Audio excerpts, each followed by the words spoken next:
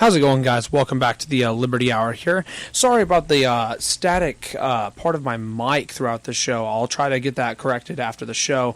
We're just going to have to bear with it here for the last 15 minutes here.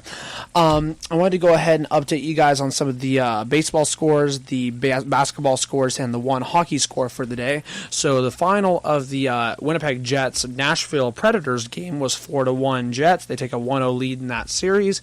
For basketball, let's see what we got here. We got the Pacers winning big over the Cavs, 121-87. That is going to a Game 7 in Cleveland. I don't know who's going to win that series. I want to say Cleveland because I just can't bet against LeBron, but I don't know. I mean, that can go either way. For basketball right now, we got 8:17 left in the second quarter. Jazz are up 23-22, trying to close out that series against the Thunder. In baseball, a lot more scores I didn't even mention from earlier. Cubs beat the Brewers 3-2. Phillies beat the Braves 7-3. Orioles beat the Tigers 6-0. Diamondbacks beat the Nationals 5-4. Pirates beat the Cardinals 6-5. Rangers beat the Blue Jays 6-4. Tampa Bay Rays beat the Red Sox 4-3. Rockies beat the Marlins 1-0. Indians beat the Mariners 6-5. My A's came out strong against the Astros 8-1 with the win. Reds are up against the Twins in the top of the 7th 11-8. White Sox Royals are tied in the top of the 10th 4-all. Angels are up against the Yankees 1-0 in the bottom of the 4th. Bottom of the 5th, the Mets are up against the Padres 1-0. And top of the 4th, it's 2-2 Dodgers Giants right now. Standing so far this year.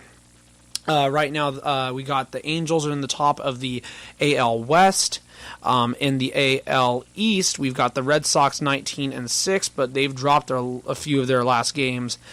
Indians 14-10, leading the Central Division right now. And it's pretty stacked. I'd say the West is probably the best division right now, as you've got 4 teams over 500 in there, at least for the American League. For the NL, the West, we have Arizona in the lead at 18-7. We've got the Mets in the lead in the East. They're actually tied with the Phillies, 15-8 and 16-9. Surprise, the Phillies are actually playing really good right now. Cardinals and the Brewers are tied right now in records, 15-10, 16-11. Cubs haven't been great so far, 13-10. So those are your baseball updates for you guys. I wanted to go ahead and give my thoughts on the few NBA series we have left.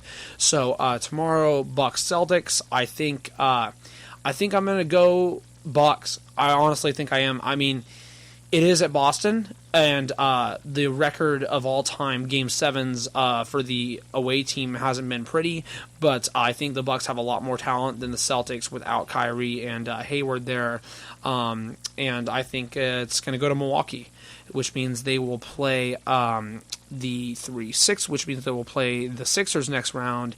That's going to be a tough series. Pelicans-Warriors. Okay, so if Steph is healthy, and I know he's questionable for Game 1, let's say Steph plays all but win game 1 in the series. I think Warriors win in 5-6 tops. I think 5. If Steph isn't healthy, it can go 7. And I don't want that to happen. So I think Steph will be healthy. I think it'll go 5-6 tops. Let's say I think the Jazz will close it out against the Thunder, if not tonight in Game 7. I think the Jazz will win that series. Game 7, Pacers, Cavs. Oh, my God. Like I said, I can't bet against LeBron, so I'm going to go Cavs. Let's see. So that would mean it'll be Cavs, Raptors next round. I'll probably go Raptors in 6 or 7, just knowing that it's not all LeBron, and it can't be against the Raptors. I got to go Raptors there. Trying to think. Let's see what else we got. So 1 seed, we got Houston. They'll be taking on the Jazz. I think Houston will win that in 5 or 6 games. And then there's one other series I'm missing out. Oh, yeah, the Sixers and Bucks. I think Sixers could win that in either 5 or 6 games. So you'd be seeing Toronto, Philly, which I think Philly could win that series, which means they'd make the NBA Finals, which is crazy. And then you'd see Rockets-Warriors, which would be, once again, another crazy series. I think the Warriors would win 7, but it'd be a really crazy series. Obviously I'm biased as a Warrior fan, but I think in reality, I think the Warriors got a good shot as long as Steph is healthy. That's the key. If Steph's healthy, we're looking pretty good on that in terms of everything. In terms of baseball, as a as an A's fan, I'm happy right now. I think there's definitely a few games we've let go by the wayside, but I mean, at least we have a couple pitchers that have been established in there. Manea's had that no-hitter, and he's been pitching pretty good. Mangden's been consistent. He's been good. Our hitting's been great. Lowry's been sensational so far, along with various other talents on our team, like Chapman, like even Simeon's been hitting pretty good this year. Olson's been decent. Obviously, Chris Davis has been hitting the ball pretty good. In terms of NFL draft, yes, so... obviously, that occurred last night. San Francisco 49ers. We got an offensive tackle last night in the first round. Before I get to that, I just want to say I personally, I really don't think that Baker Mayfield is going to be good. I think he's going to be the next Johnny Manziel, honestly, for Cleveland. And it makes no sense to me for Cleveland to go after a quarterback when they have Kaiser, who they drafted last year, and now they have Tyrod Taylor, who's been established in the league for quite some time with Buffalo. And, they don't have a running back, really. They don't exactly have a wide receiver core. I mean, obviously, they don't have a lot in Cleveland. They just had a winless season. But in terms of if you want to build your offense, they should have gone after Saquon Barkley, so you have a running back who's established there. Well, you have a good running back in there now. And then, honestly, he didn't go until, I think, the late teens of the first round. But Calvin Ridley from Alabama, the wide receiver, he was phenomenal. And in my opinion, a key part of that team, which helped them get to the national championship and essentially win it. He was drafted by the Falcons, and that scares me now that you have Julio and him, along with other threats there with Freeman, Coleman. I think that the Falcons can win the NFC South next year. I think you got to be really careful when it comes to them. A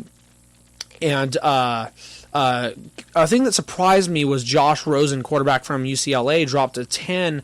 Arizona traded up their pick against the Raiders to go up to 10, and they got Josh Rosen, and I think that's a really good move because they had Sam Bradford, and Bradford's not a good quarterback. So I think Rosen will be good, and he seems a little bit cocky for sure. He said, I'm going to show the other 9 teams that they made a mistake. And so we'll see what happens with him. But I think that he'll be a good addition for that Cardinal team.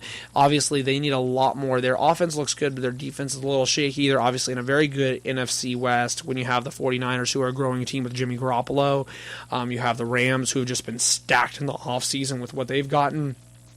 Seahawks actually might be worse in that division, which I'm not complaining. So here's a list of the Niners picks. So first round, 9th overall, we got Mike McGlinchey. He's a offensive tackle from Notre Dame. A lot of people were criticizing the Niners for this pick because they were thinking they should go after either a receiver or somebody in the secondary. And I actually think this is a really good pick for them because look what Garoppolo did last year without an offensive line. And now if you get him, who was really good at Notre Dame, and you get various other guys here with the rest of the offseason, you can build up a good, strong, young O-line. And, seeing how Garoppolo did with none last year, just imagine what he'll be able to do with one. So that was first round. Second round, I think that there's only been through 3 rounds so far. So second round, 44th overall, we got him from Washington, Dante Pettis. He's a wide receiver, and I'm so happy about this pick. Being a person who watches the Pac-12 on a consistent basis, this guy was an absolute machine. He had 24 touchdowns. He had an NCAA record with 9 career punt return touchdowns. He's very quick. He had a very good 40 time in the combine.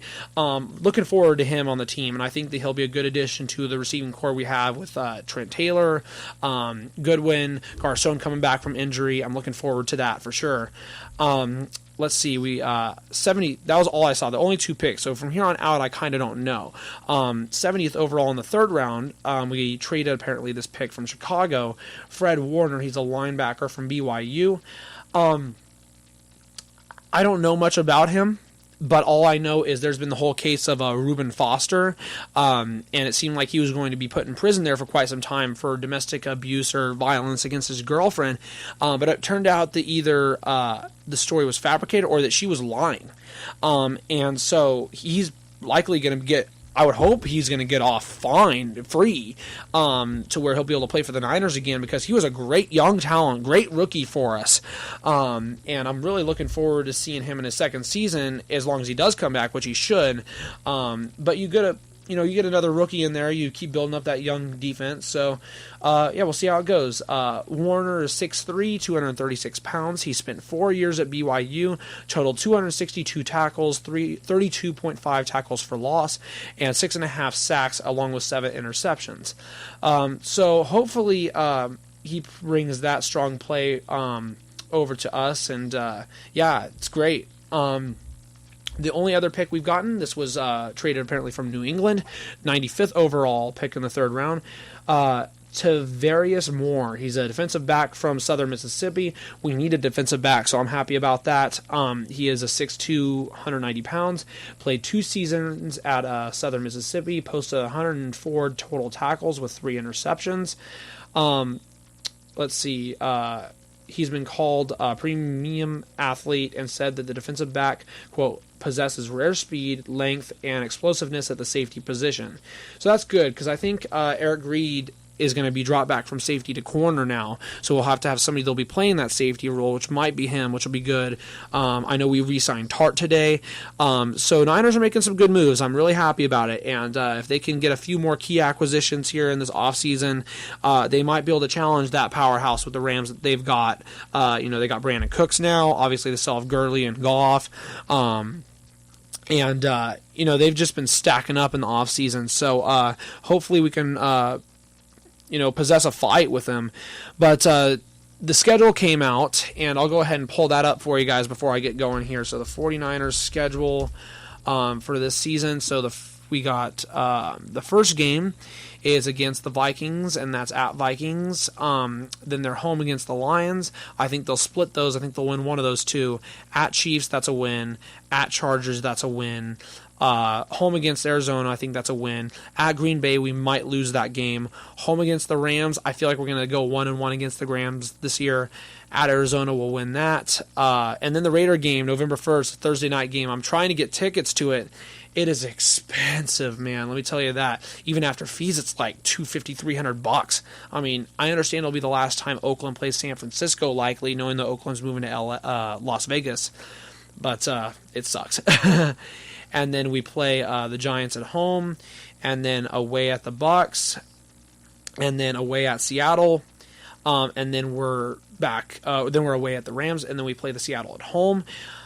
I think we'll probably go like 10-6. That's my guess. I think we can go 10-6 and probably get a wild card spot. The Rams will probably go like 11-5 or 12-4.